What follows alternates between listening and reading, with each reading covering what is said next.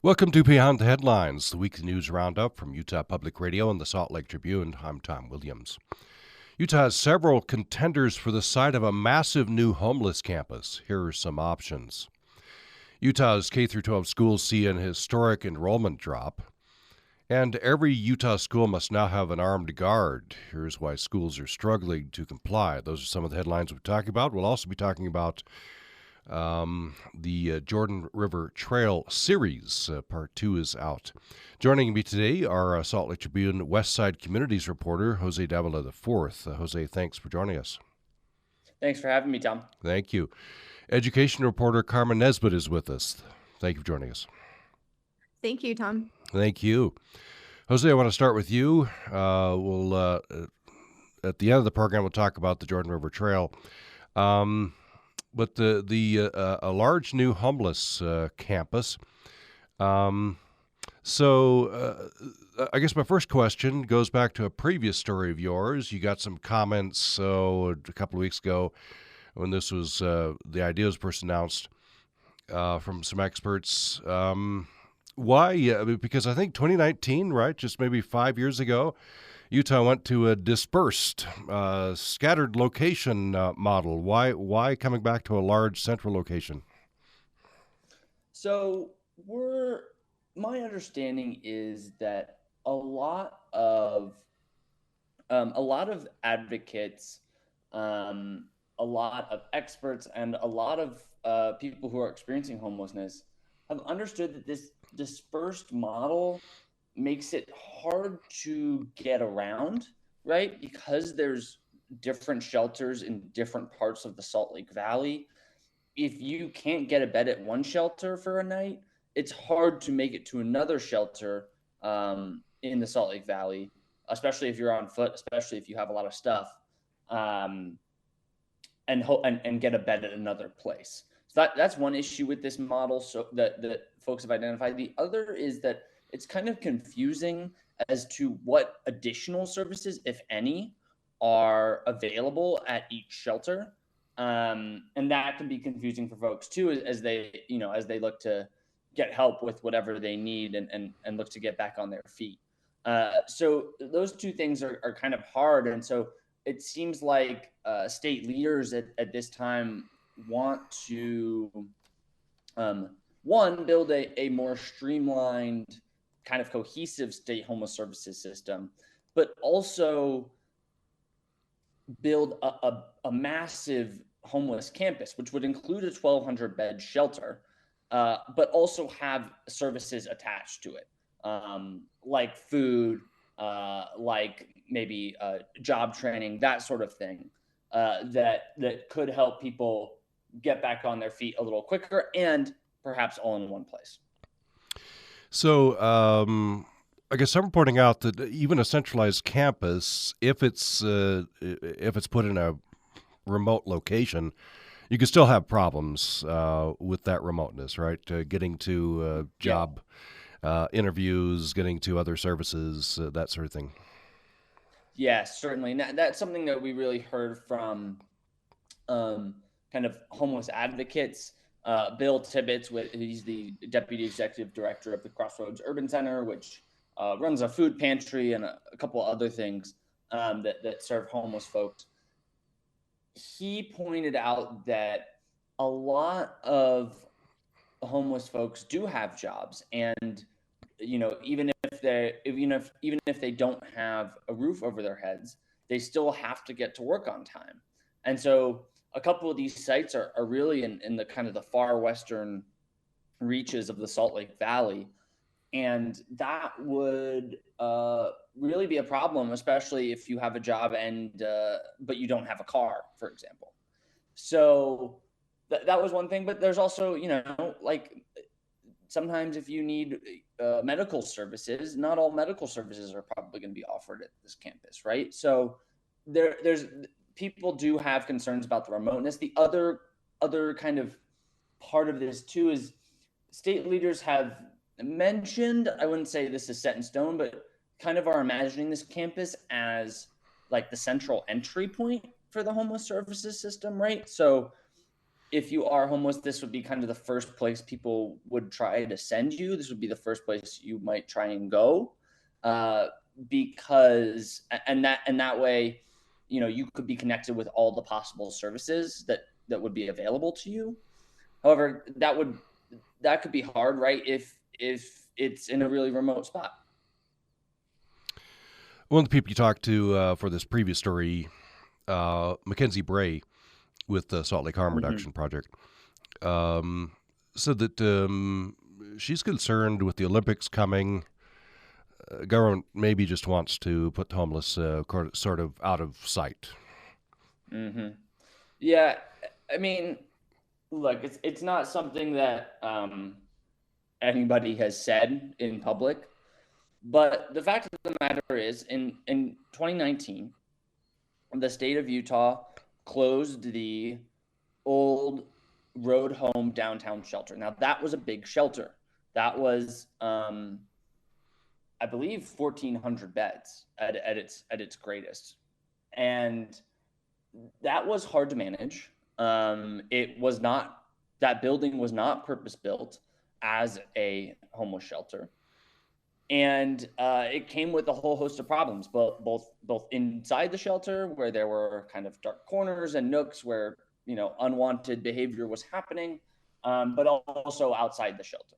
And so when that was part of the move to this dispersed model, is that if we maybe the idea at the time was to create these smaller, more manageable shelters spread throughout the valley, that would be easier for cities to get services to assure the public safety around them, right?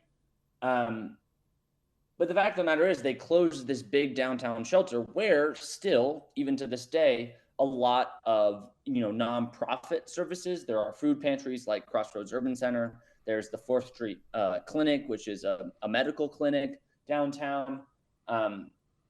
Moved people away from those services, moved these shelters away from those services, and not least at the backing of certainly downtown business leaders. And now we moved this to the scattered site model, and now again we're trying to create this much bigger campus that is much bigger than any of the shelters that the state runs now or has now. And yet we're doing it in a different place. Mm-hmm. There is no downtown site on the table this time. Yeah. I mean, it certainly looks like that's what's happened. I'm sure people have different sort of feelings about that, but that is kind of what's happened. We have moved everybody out of downtown very specifically. So originally, 2019, it seemed like, I don't know if this was on purpose, but we're going from a NIMBY problem, not in my backyard, to let's put it in everybody's backyard, maybe back to a NIMBY problem. As I know the Oxbow, according to your story, Oxbow site, the city of South Salt Lake is not wild about this, right? That's one of the sites being put forward. Yeah, certainly. The Oxbow site is I think concerning for people for a number of different reasons. One is from the South Salt Lake perspective. South Salt Lake is the smallest city in Salt Lake County. It's about 24,000 people. And yet it already hosts so many of the valley's social services. There's already the largest shelter is already in South Salt Lake, just down the river a little bit from the Oxbow jail. It hosts the county jail, the two county jails. There's the Oxbow jail, which is the smaller one, and then there's the adult detention center, which is the bigger one. That's the one they're going to add to with the public safety bond that's on the ballot here in Salt Lake County. It also there's also a planning process underway to add a family shelter in South Salt Lake. And so with all this tax exempt property, all this public safety kind of burden, for lack of a better term, South Salt Lake city officials are really worried about, having to use their limited public safety resources to keep these places safe, while also losing out on what could be that Oxbow site really could be a great place for a mixed use development, a real a property that could really increase like the city tax coffers. So that's kind of the push and pull there. I think there's also folks like Soren Simonson, who's the executive director of the Jordan River Commission, that want to also see kind of something like that, a more mixed use development that really embraces the river, because this section of the trail is, already sees a lot of unsheltered homelessness, not least because the shelter is right there. So it's kind of complicated. There's certainly some benefits to the Oxbow site from the state perspective. It's easier to get to on public transit. It's also so it's easier for it might be an easier site for folks experiencing homelessness to get there and get from there, right, and really utilize the beds at that place. But there certainly is a lot of opposition at the moment. Tell us about some of the other sites being considered. Sure. So this was a memo. This was an internal memo that we obtained. It's from September 12th. So this isn't a final list. It's possible things have changed.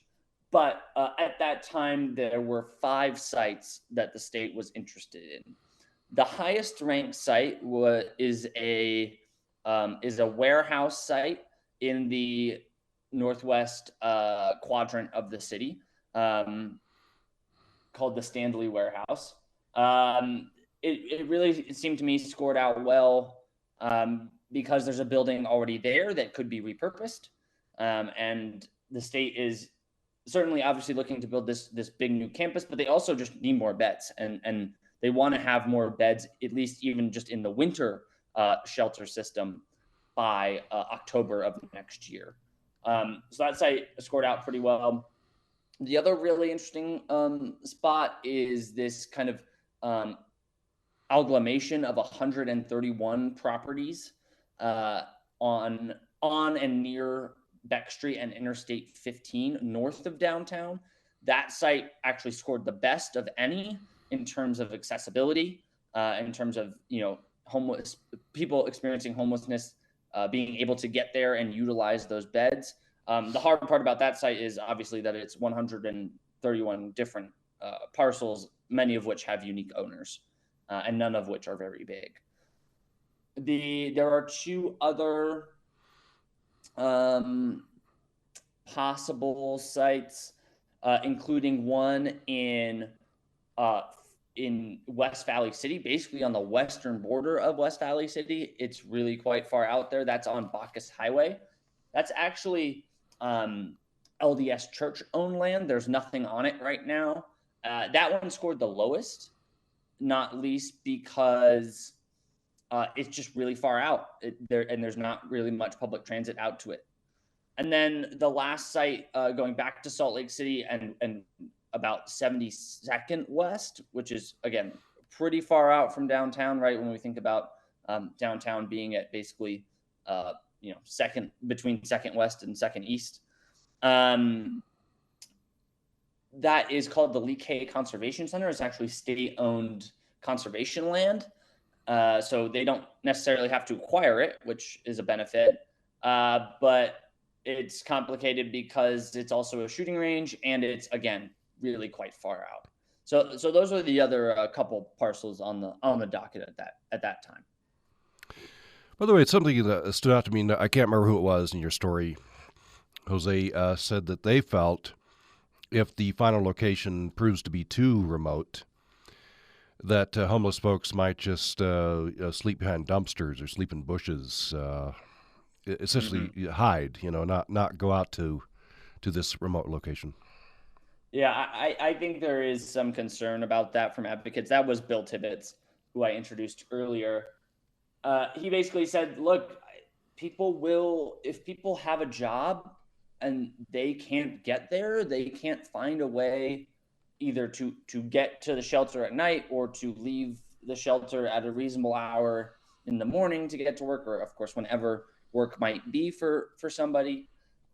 They're not going to use it. They need money to survive.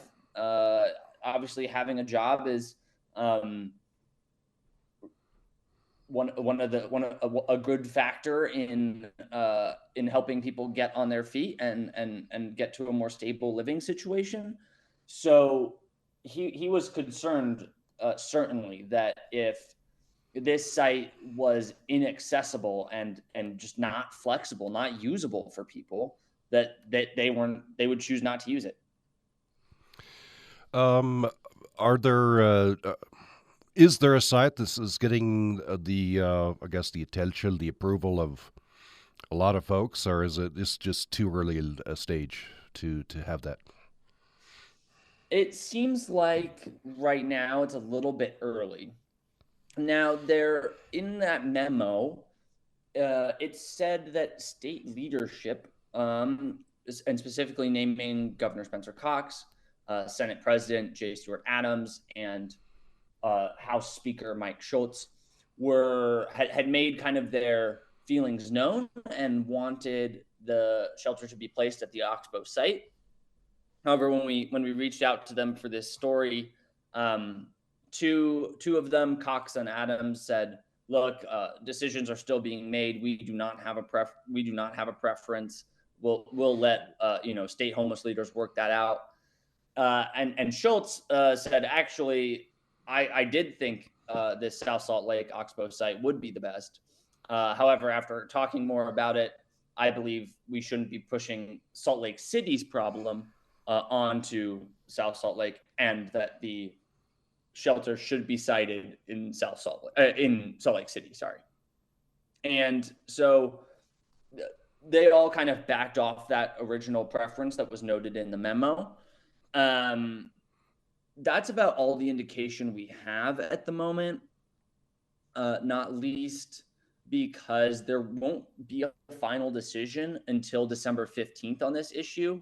Basically, the State Homeless Services Board tasked the state's Office of Homeless Services, so those are obviously full-time workers, full-time state workers, with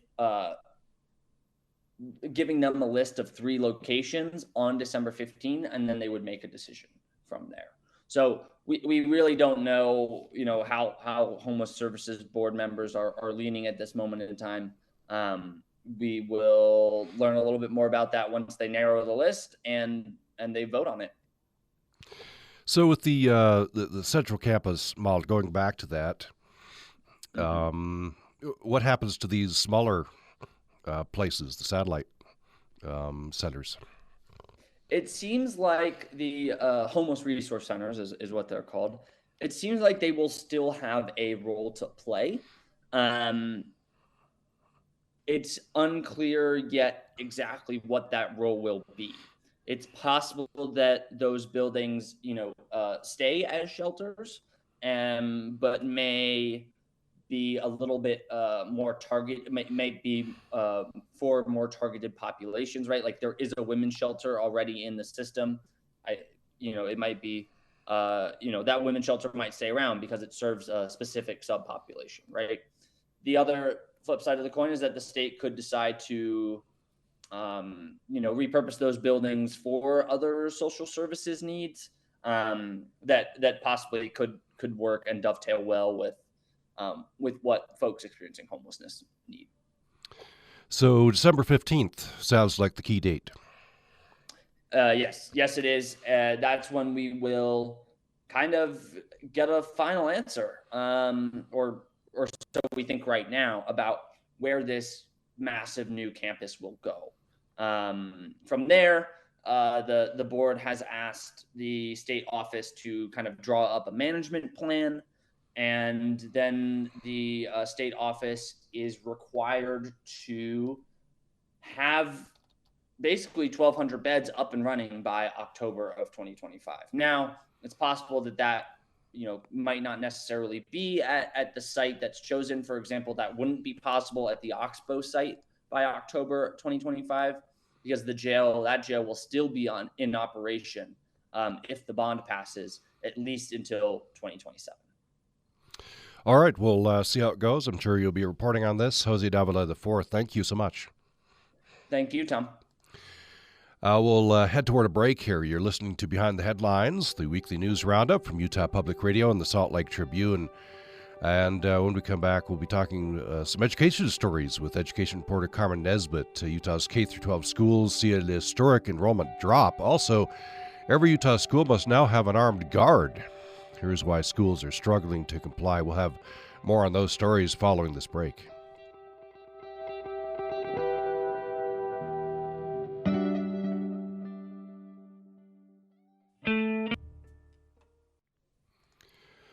You're listening to Behind the Headlines, the weekly news roundup from Utah Public Radio and the Salt Lake Tribune. I'm Tom Williams. We bring in next Salt Lake Tribune education reporter Carmen Nesbitt. Carmen, thanks. Of course. So a couple stories I want to talk with you about, your latest stories. Maybe the first one, Utah's K-12 schools see an historic enrollment drop. So these are numbers from public schools, right? Not from private schools. But how big is this historic drop? Yeah, so it is all of K-12 public schools in Utah. And I think sometimes people get a little confused. Charter schools are public schools in Utah. So that means they're funded the same way. They're overseen by the Utah State Board of Education. They have to comply with all federal and state laws, et cetera, et cetera. The same as public schools, except they operate outside of the public school systems. So I just want to kind of define like traditional and charter before going into this. Yeah, so from the beginning of the 2023-2024 school year to the beginning of this school year, we've seen a 0.7% drop in the number of kiddos that have enrolled in both charter and traditional schools in the state. And that's about 4,873 fewer kids. And what we mean when we say a historic drop, there are still more kids in K-12 public schools than there were, say, a decade ago. However, that year-over-year drop, that 0.7%, is the biggest we've seen in over a decade, actually. And I guess that number is softened a bit by the charter school numbers. I guess there were, they did not see a drop in charter schools. Exactly. So that's kind of the interesting thing here, is that while we're seeing overall enrollment drop, charter school enrollment has increased steadily over the past couple of years, while traditional public school enrollment has kind of been on the downfall. So I think what these numbers are telling us is that we're seeing fewer kids enroll specifically in traditional public schools. No, do we know why? I guess it could be demographic drops, people having fewer babies, I suppose, fewer people moving in, or more people going to private schools. I don't know. I think, and then don't quote me on this, Tom, but I think we're not seeing a birth rate decline. And as to why that's happening, we aren't entirely sure. Now, one theory is that this year was the launch of Utah's voucher program, the Utah Fits All Scholarship. And so some theories, I guess, are, well, maybe these 4,000 kids dropped out of public school to go to homeschooling, to go to private school with their voucher scholarship. But I can't confirm any of that, actually. I have reached out to the Utah State Board of Education. They're looking to see if they track that data. But I've also reached out to ACE scholarships, and they are the organization essentially hired by the state to manage the voucher program, asking if they tracked if kids were in public schools and dropped out after receiving the voucher scholarship. And they said they don't track that data either. So at this point, I would love to answer that question, but I'm trying to figure out how to do it if the data doesn't exist. So Yeah, pretty hard to do that. So give me some demographics here. Is these drops happening in urban areas, rural areas, and what sorts of students? So in your story, you say enrollment of students from traditionally underserved populations has risen overall in most years. Did that happen again? So I don't know. I don't remember if I had like a rural versus urban sort of breakdown, but we did see in some districts like Alpine, in some areas, right, where we're seeing increases in population, like Eagle Mountain, for example, like they saw increases. And others like Davis saw minor decreases. And so the USB kind of said this suggests that like population shifts, individual district factors, play a role in overall enrollment trends. That's pretty broad, though. So I'm not exactly take what you will from that one. But so grade levels, though, if we're just looking at, first grade, second grade, enrollment in public elementary schools has generally been decreasing. Enrollment in public secondary schools has been increasing.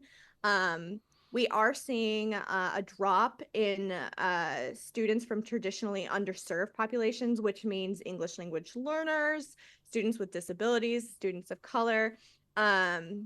So those have actually, sorry, I think I misspoke. Those have actually risen since 2014. But economically disadvantaged students, those numbers have seen a decline. I'd like to move to another story also involving schools, obviously. Education reporter Carmen Nesbitt with us here behind the headlines. So the headline here, every Utah school must now have an armed guard. Here's why schools are struggling to comply. So a couple of recent laws, right, passed by the legislature. This past legislative session, House Bill 84. So tell me what this law does. Yeah, so HB 84, among other new safety requirements for schools, such as making sure they have security window film or bulletproof window film on all ground floor windows. There's other various safety requirements. But the biggest one, I would say, the biggest change is that schools are now required to have an armed guard on site during school hours. And that's every single school in the state. And schools are, for the most part, from what lawmakers discussed, they want to meet this law, right? They want to comply. Unfortunately, the funding and the personnel is just not there right now. And so this bill, allocated $100 million to help schools get there. But I think lawmakers are kind of realizing, oh, that's not enough money. We're going to need some more money if we want to make this happen.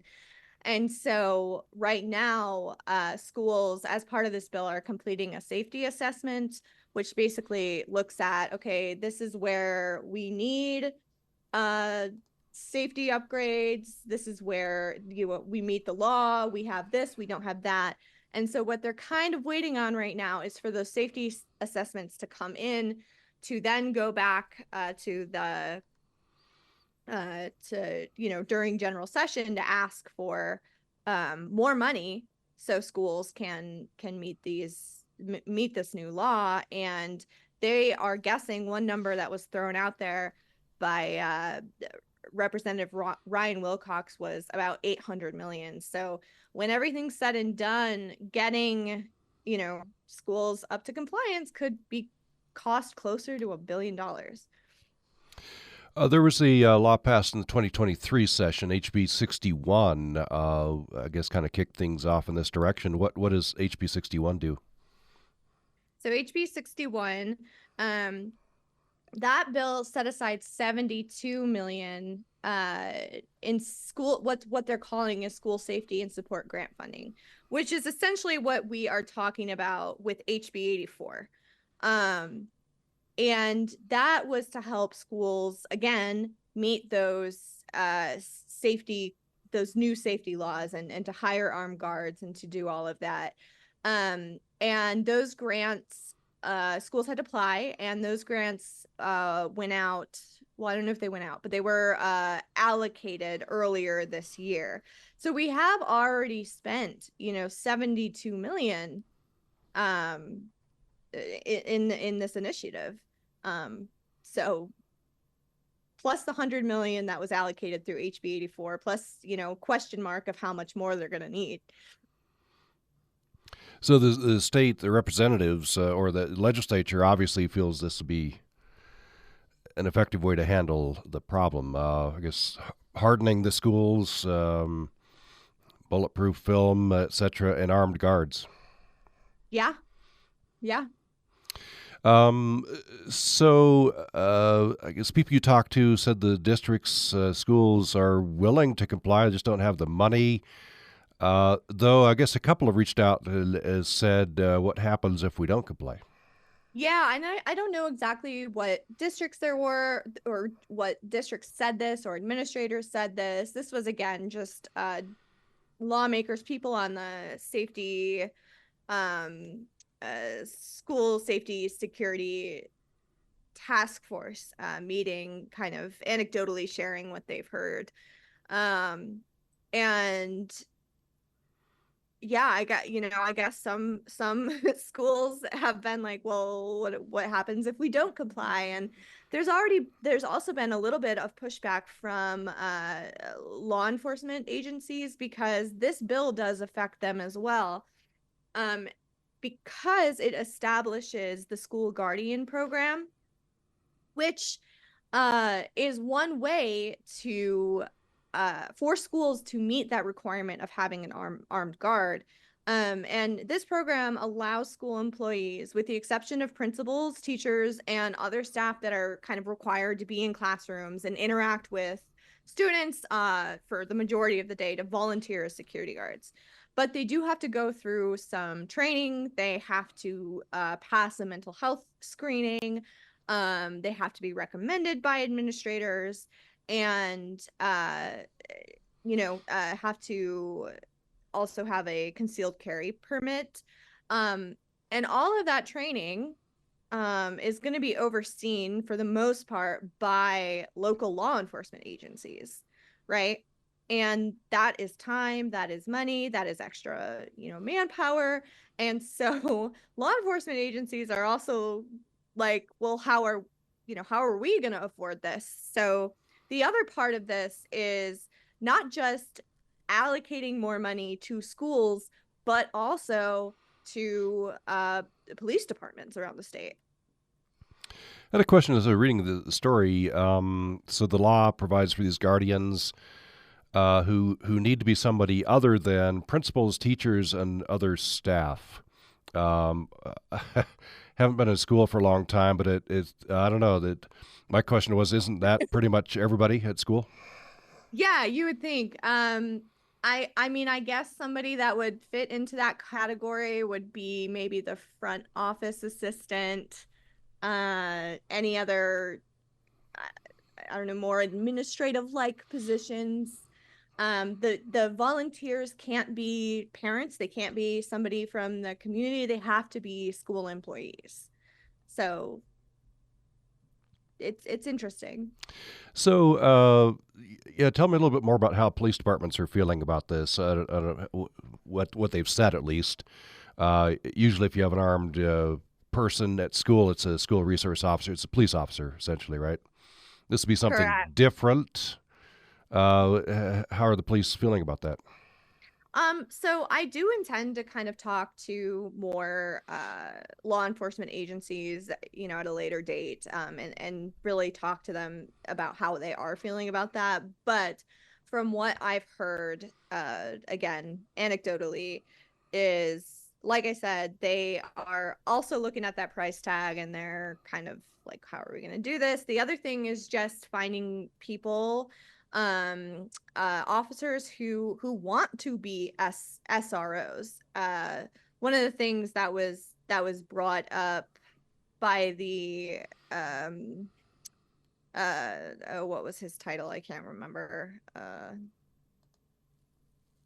Well, anyway, one of the things that was brought up was that it's kind of hard to get early career police officers into being an SRO. Like, they didn't really join the force to work in a school. However, another option is retired officers. But then there's another question of their pensions, and if they're working, can they still get their pensions? I think there's just a lot that our state leadership needs to move around and consider in order to make this happen, to make this feasible. All right. Well, more to come, I'm sure, and I'm sure you'll be reporting on it. Carmen Nesbitt, education reporter, Salt Lake Tribune. Thank you so much. Thank you. We are going to take another break, and when we come back, we're going to talk with, return to Jose Davila IV, Westside Communities reporter. He has an ongoing series on the Jordan River Trail. Part 2 is out. We'll talk about that. We talked about part 1 yesterday, or last week on the program.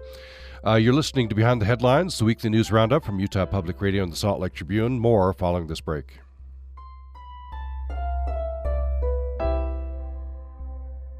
On the Headlines, the weekly news roundup from Utah Public Radio and the Salt Lake Tribune. I'm Tom Williams.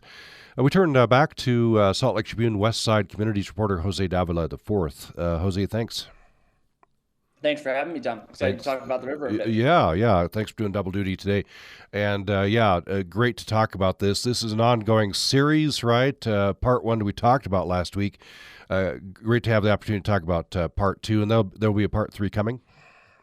That's right. Yep. This is we talked a little bit about part 1. We talked about part 1 last week. That was kind of a focus on, what do the trail and the river look like in Salt Lake City? How has it kind of become this place that a lot of people avoid a little bit? And then part 2, we wanted to know kind of what the trail looked like farther south. Sometimes West Side politicians in Salt Lake City will say, oh, we know the trail can be great. Just look what it looks like farther south. So we kind of wanted to get a good look at that and share that with readers. Part 3 will mostly focus on Salt Lake City again, but kind of look at the future. What's coming along the trail, and how might the river and its corridor be changing as big new projects pop up. So that'll be out on Monday. So this one, the headline, Trail of Neglect. The Jordan River Trail is a bit nicer south of Salt Lake City. Why is that? The subheadline, Jordan River Trail runs for over 46 miles, 35 of which lie south of Utah's capital. So the trail a bit nicer south of Salt Lake City. Why is that? So it's a couple different things that we noticed. One, there seems to be there are just a lot more unique destinations along the trail farther south. There are a couple of nature centers, mostly like educational in nature, where mostly school kids, but also anybody can kind of go and learn about the ecosystems of the Jordan River. There's also nature preserves, so real, places that feel wild, and places where folks can go and get out into the outdoors, enjoy nature, find solitude right in the middle of Utah's most populous and most urbanized county. And third, there are also actually some businesses popping up along the trail that are catering to people using it. And that's a really unique amenity that the Jordan River has basically never had until the last, maybe 20 or so years, and really, in some ways, even the last 5 years in Salt Lake County. The other thing, perhaps the elephant in the room, is that there is a lot less unsheltered homelessness, drug activity, vandalism, trash out and about in the southern reaches of the trail than there is in Salt Lake City. And I think what we heard from kind of experts on that point was basically, in many ways, it's easier to be homeless in Salt Lake City than it is in other places in the valley. Not least because of what we talked about earlier today, that if you're in Salt Lake City still has and still hosts much of the state social services system. And so if you are looking for help to get back on your feet, it benefits you to be closer to those places. And then also there are more parts of the trail and the river in Salt Lake City that are hidden, that are more private. So as you know, you're forced to take care of basic necessities living outdoors. It can be easier to do that in Salt Lake City.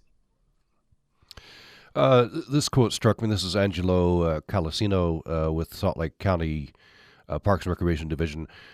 It's a linear oasis through the middle of the valley, talking about the trail, and it provides probably as much recreational benefit to the community and the state as a whole, just as our Wasatch Front Mountains do. I think we forget there's this bit of green running all the way through the valley. Mm-hmm.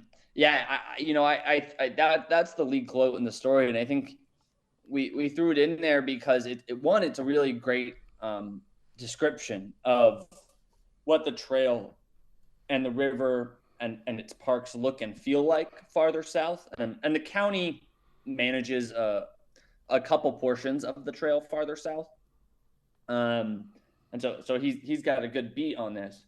The other thing is that seems kind of like a wild claim, right? That somehow this little river, this little ribbon of green, smushed between interstates and industrial areas, is as great a benefit to Utahns as the Wasatch Mountains. That seems a little bit wild, but when you think about it, there's a lot of people, like it's a real backyard, oasis in a lot of ways.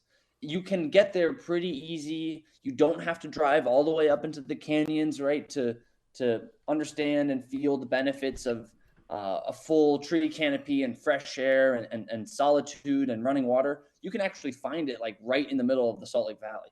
So I think that's kind of what he's getting at. And I do think it's an interesting and thought-provoking quote. Well, have you talked, just a couple minutes left in this conversation, about businesses, amenities on the trail? There are, I don't know, a couple. You talk about Knickerbocker's Deli, I guess there's now a exit right off the trail that's been constructed. You can go straight and get a sandwich, I guess, and then go back and get on the trail again. I guess some people would like to see more of this. Yeah, I talked to Dirk Burton, who's the mayor of West Jordan. He went for a ride recently when he was visiting some family in Northern Virginia along the Washington and Old Dominion Trail, which is a similar, it's like a rail trail, right? So it's a path that for bikers and walkers that used to be railroad lines. And he said that trail has a bunch of cool stores along it and shops that cater to bikers and walkers. I wish we had more of that here. So there's a couple places along the trail in Salt Lake County where that is happening. Knickerbocker's Deli is one of them. I talked to the general manager of that location, and she said, our breakfast is booming. We get bikers who come in on their kind of early morning rides, and they'll stop for a coffee, stop for a breakfast burrito, and it's really great for us. It's basically like a second real stream of customers. They're located in a business park, so most of their clientele are people that work there, but they're really finding that there are people using the trail that are stopping and taking a break kind of on their patio. In the same neighborhood, that's in South Jordan. In the same neighborhood, there's also a pub that has a patio basically right off the trail, and another like electric bike retailer, Pedigo, has a sign, and it's in that same building as the pub. Burton also told me about Happy Camper Deli and Bakery. That's in West Jordan at that kind of little mall that's at the Gardner Mill, about 7800 South. And he says he stops there for a sandwich often as he's riding his bike along the trail. So there's a couple places where this development, this business, this commercial activity that embraces and faces the river is happening in a way that really it doesn't happen in Salt Lake City, and just really never has happened along the Jordan River in its history. Well, you can check out the entire series at sltrib.com. All the reporting we've been talking about, sltrib.com. Jose, briefly, what's coming in part 3 next week? So part 3 is a real look at the future. We're discussing some of the big projects that are happening along the Jordan River's banks. We've got the Power District from Larry H. Miller Company in the Fair Park neighborhood of Salt Lake City that promises to, if they get their way, promises a major league ballpark right on the banks of the Jordan River. There's also the Point development farther south in Draper at the site of the former Utah State Prison. That's going to be really connected to the river. So those are 2 big projects. There's a couple other plans in the works, some plans for, dealing more specifically with people experiencing homelessness, all that sort of thing. That's coming next week. All right. Look for that at sltrib.com. Jose Davila, the 4th West Side Communities reporter. Well, it's time for our underplayed stories of the week. Let's go first for that to Carmen Nesbitt. What's your underplayed story of the week? I don't know if this has been plugged already, but I don't think it really matters. I don't think it can be plugged enough. Elections are coming up, and the Salt Lake Tribune, we have a ton of free resources on our website. If you want to educate yourself about the candidates and about the issues, again, these are free. You don't have to have an account. You can read about it. Also, what we've been doing is putting together some video explainers of the amendments that you'll see on ballots and other issues. Those are on our Instagram. And yes, please check them out. Yeah, I echo that. Some great election information here. So check out sltrib.com before you vote to get the ins and outs. One I want to particularly plug, Jordan Miller's recent piece on Amendment C. Of course, Amendments A and D are now null and void. You can vote on them, but your vote won't count. And we've talked about that on this program. But we still have Amendments B and C. I kind of clueless about those, and Jordan filled me in on Amendment C at least. So a bunch of information. There's also one on Amendment B. I did. Okay. Oh, you did one on Amendment B. Great. I'll check that one out as well because I'm pretty clueless at this point. All right. Thanks, Carmen. Appreciate that. And Jose Davila the 4th. What's your underplayed story of the week? Kind of on a different tact, I really enjoyed Mark Eddington's newest U.S. citizens bask in the glow of a storied Utah park. Mark is our Southern Utah reporter, and he told us the story yesterday of a naturalization ceremony at Zion down in Southern Utah, and it's just really fun. It's a great view into the other side of this, this real hot button election issue that is immigration and the border. But it was really fun, full of great detail, full of some really cool characters. So, and it's not that long. So give it a read and really remind yourself about why you vote and why you listen to people like us and why you care about this country.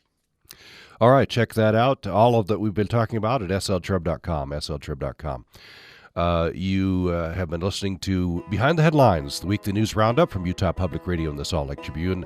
We've had with us on this episode of the program Salt Lake Tribune education reporter Carmen Nesbitt. Carmen, thanks so much. Of course. Thanks, Tom. Thank you. And West Side Communities reporter Jose Davila the 4th. Thank you for joining us. Thanks so much, Tom. Thank you. And thanks, everyone, for joining us. And hope you'll be with me again next time. Tom Williams, thanks again.